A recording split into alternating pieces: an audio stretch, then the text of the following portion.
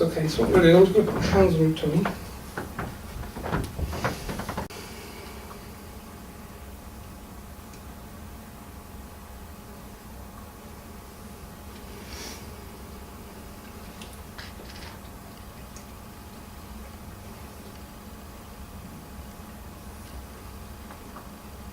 Good evening to you all. My name is Chen, as Andrew's correctly addressed me. I am Andrew's principal guide. I like to think the more clever aspect of his duality. As you can see, much more elegant in terms of my conversation and speaking. So, first of all, I'd like to thank you for coming today. Very nice to see you all. I appreciate your time is precious. You're here on the planet to make change and to do grandiose things. And I do appreciate your time. So, as Andrew has correctly said, I prefer to work in an informal manner, so please break in with conversations as you need to. There has to be questions that come up and that you feel, and I will be more than happy to answer. I will endeavour to do my utmost in the way that I approach and feed back to you. Okay. So I'm just going to start now with this young lady. So I work with a team, obviously, as we all do, of different energies. In this room this evening, I have 12 different energies. Nearly 5 of those would be considered to be extraterrestrial, therefore they've never been in human physical bodies, and they work hand in hand with us. So with that I'll just commence. What I'm going to do now is we're just going to give you an injection, my dear. So this would be an anaesthetic injection into the etheric body, so this will be possibly felt in the back of your neck. We will inject a liquid that you may feel run down the back of your spine, which may feel quite chilly to start with. After this has happened, you'll feel certain parts of your body will be anaesthetised, and these are the areas that we will start to work. So whilst this is actually happening, obviously I'm keen to carry on the conversations and talking. So being that I'm in a room of fellow like-minded people, therapists possibly, the first thing I'd like to discuss with you, obviously you're working across different types of therapists, across different types of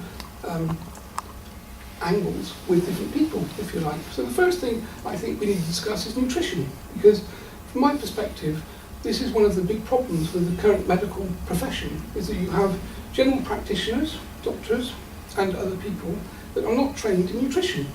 Now let's think, the human body is a vehicle, it's an engine.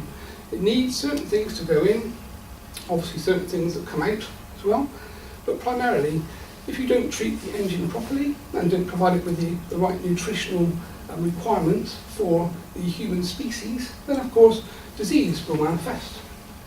And this is one of the big problems in the Western world, in my opinion, is that you have food that you're eating on a day-to-day basis that's incompatible with your physiology. So basically, the human species is effectively a intelligent animal, let's say.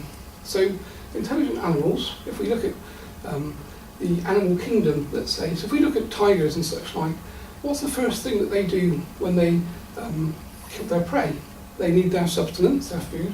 So the first thing they do is rip the stomach apart and they head for the heart. So they go straight in for the most vital organs that contain the most nutrition. Obvious, really. What do humans do?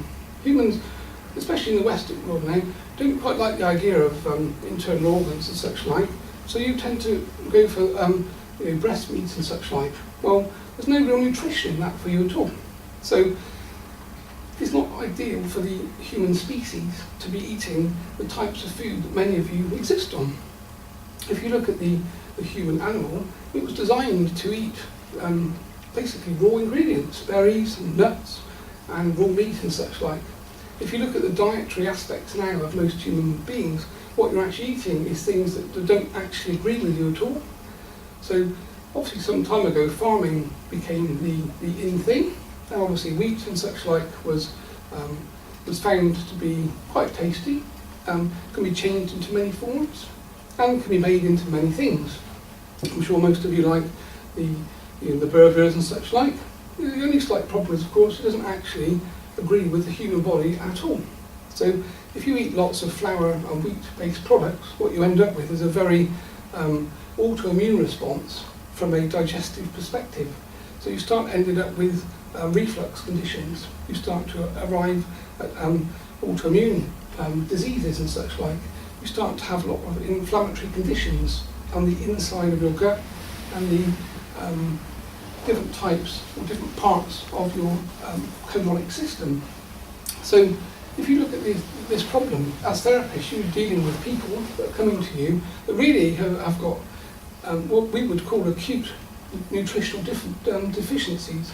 Therefore, they're not actually in a very good state to start with.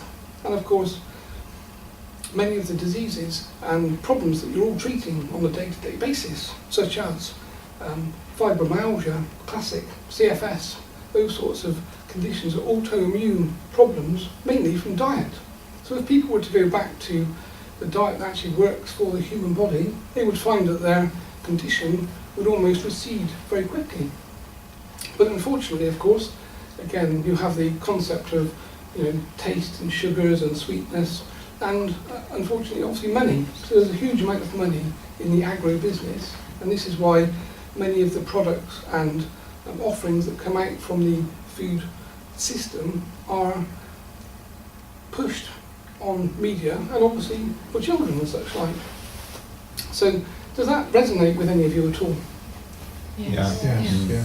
Simple really, I mean you don't really have to be a genius to work it out, do you? It's like if you gave a lion a bowl of cornflakes all day long, you'd find very quickly the poor thing didn't feel too well, and within a few weeks he wouldn't be able to chase around the plains, would he? Because he'd have no energy. Because ultimately, you as a human being need to convert your food into energy, and foods that convert into energy are not foods such as wheat-based products, flour-based products. Again, you need to get back to your nuts, you need to get back to your berries, you need to get back to your raw meats. So meat is a fantastic thing, and obviously we've got the various quandaries of vegetarianism and veganism and their moral aspects, which of course have to be understood, and people obviously have a right to choose the things that they do, and obviously the way that animals on the planet are treated. But ultimately, if you look at the approach that we're discussing today from a therapy perspective, is that your clients, most of them, coming to see you primarily because of their poor nutritional choices, and you're expected to fix that. So you can do acupuncture, or you can do psychic surgery, or you can do many other things, but unless they actually change their nutritional choices, then their diseases are going to be very difficult to fix. And the other thing, obviously, you've got to go hand in hand is water. As a human species, which effectively is part animal really, you're designed to ingest large quantities of pure water.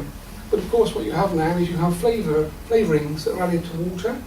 You obviously have alcohols and such like, and lots of fizzy drinks and sweet drinks. All of these things aren't treated the same as water by your body, and therefore your body again would be spending most of its time in a place of dehydration. So people with dry lips, people with dry tongues are in a state of chronic dehydration. And again, if they don't ingest more water, the healing that you offer and you do is going to take a long time to fix. So from my perspective, it would be very interesting when you're working with your clients and different subjects for you to try to encourage them into a more basic diet based on the right foods that actually provide energy. So the headaches go, the migraines go, the swelling of the stomach goes, even though of course young Andrew has one himself, but we won't go into that. Choices and all that. But again, if you can start to push some of your clients into thinking about their nutritional choices and starting to encourage a more intellectual view of the food choices, then the actual diseases that are manifested will start to recede quite quickly. And of course, when they start to recede quickly, then if you're working on the mental aspects or the spiritual aspects or other Eastern practices, they all work hand in hand, and the healing that you will be able to obtain will be immense. And this is where you read these books, don't you? You see people that perform what could be termed as miracles, because someone's been very ill, close to death, and the next thing you know, they change their diet, they start to juice vegetables every day, they reject flour, alcohol, all those sorts of things, and the next thing you know, the body says, goodness me, at last, I've actually got something I can work with, and they start to heal, and they heal very quickly. There are other things of interest that I like to bring up just as a talking point, because it makes people pull funny faces, which I find quite extraordinarily funny. So, urine therapy, drinking your own urine. Has anyone tried that at all? You don't have to say, of course, because the embarrassment level would be quite high. But needless to say, I've made Andrew try it. Because I wanted to see, first of all, the face that he would pull when he tasted it. And we made him, well, we didn't make him, of course, but there was an encouragement to do it for quite some time. And what he found is he started to feel much better, and his hair became very silky smooth. So all of these products that they spend fortunes on, you have the best product in your own body that doesn't actually poison you at all. It's just an excess, basically.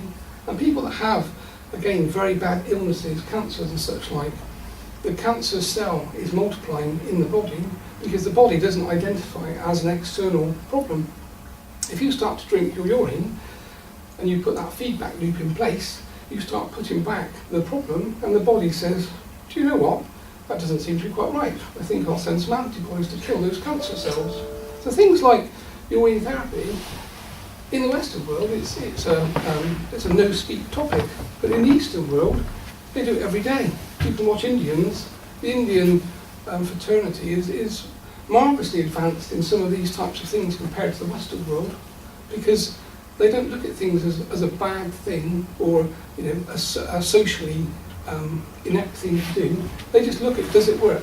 And if it works, then therefore it must be something that you would do. Now, my dear, could I just ask you to provide some feedback if you wouldn't mind? Yes, I'm feeling that my body from my neck down is very, very numb. Almost like the numbness that you get at the dentist. And that's about all that I've sensed so far. Okay, so that will be the anaesthetic that you're feeling. So there's work currently going on in your wound on the left-hand side, as I would view it from the top, basically. Your right knee is also being worked on. There is other work happening in the top of your scapula on your left-hand side. Mm-hmm. So what we're going to do now is I'm going to close this off, and we're going to basically allow you to start feeling the rest of your body again. That seems to be the right thing to do to me. And then it'll be interesting to see what you actually feel yourself.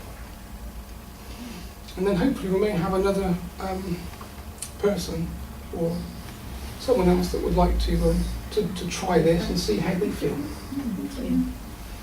I'm just going to remove my hands.